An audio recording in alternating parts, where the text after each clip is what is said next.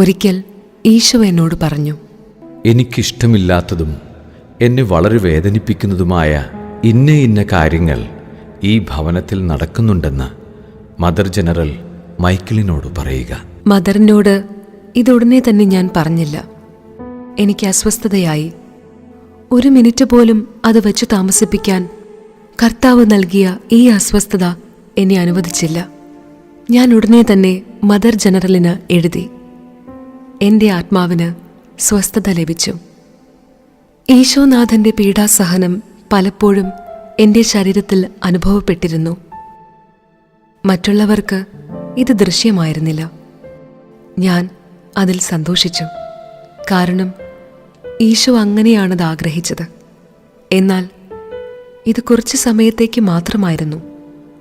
ഈ സഹനങ്ങൾ എൻ്റെ ആത്മാവിനെ ദൈവത്തോടും അമർത്യമായ ആത്മാക്കളോടുമുള്ള സ്നേഹത്താൽ ജ്വലിപ്പിച്ചു. സ്നേഹം എല്ലാം സഹിക്കുന്നു. സ്നേഹം മരണത്തേക്കാൾ ശക്തിയുള്ളതാണ്. സ്നേഹം ഒന്നിനെയും ഭയപ്പെടുന്നില്ല.